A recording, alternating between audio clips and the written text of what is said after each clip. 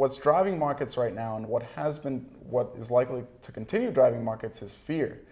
If markets are scared, they're not going to bet on commodity strength, and that could in turn hurt commodity currencies such as the Australian dollar, such as the Canadian dollar. So now they're flocking from the Australian dollar, the Canadian currency, and the Kiwi to the US dollar? Exactly. US dollar has held one of the lowest interest rates in the industrialized world. What that's encouraged is basically everyone's looking for yield. In the literal sense, the Australia currently yields about 4.5% short-term interest rate, the US a 0.25%. That's in the literal sense, and that's big. But also, you're looking for yield in other things. So that's in commodity markets, that's in gold prices.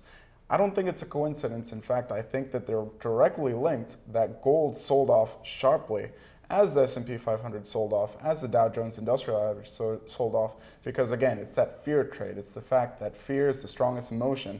And once markets get scared, once one person holding a leveraged position gets spooked, a lot of people are likely to follow with them and pile into those safe haven currencies, such as the US dollar. So at what point is it good to jump back into commodity currencies? How far does it have to fall for it to be worth it for bargain hunters to come back in and buy on the dip? That's a great question. I mean, honestly, I don't like to be sensationalist, but at the same time, I do think that there's significant tail risk. There is significant risk of sovereign credit crises, it's an extension of what we're already seeing. So really, it's going to depend on whether or not the Eurozone finds a real solution. I think that's the biggest risk for markets right now. As long as that situation remains unresolved, I don't trust being in long risk positions.